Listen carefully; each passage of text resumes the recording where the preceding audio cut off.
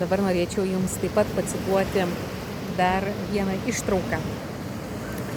Apibrėžtis Dievas yra meilė mus įveda į Dievą labiau nei visos kitos. Kaip antai Dievas yra dvasia, Dievas yra transcendentinė būtis.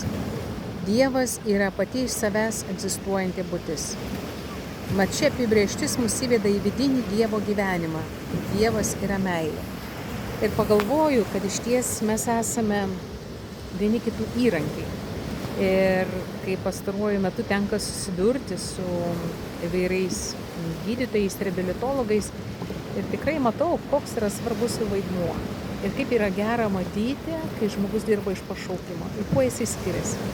Pirmiausia, jisai pažvelgia į akis. Jisai išties paklausia, kas tau yra. Ir išties rodo susidomėjimą. Taigi būkime Dievo meilės įrankiai.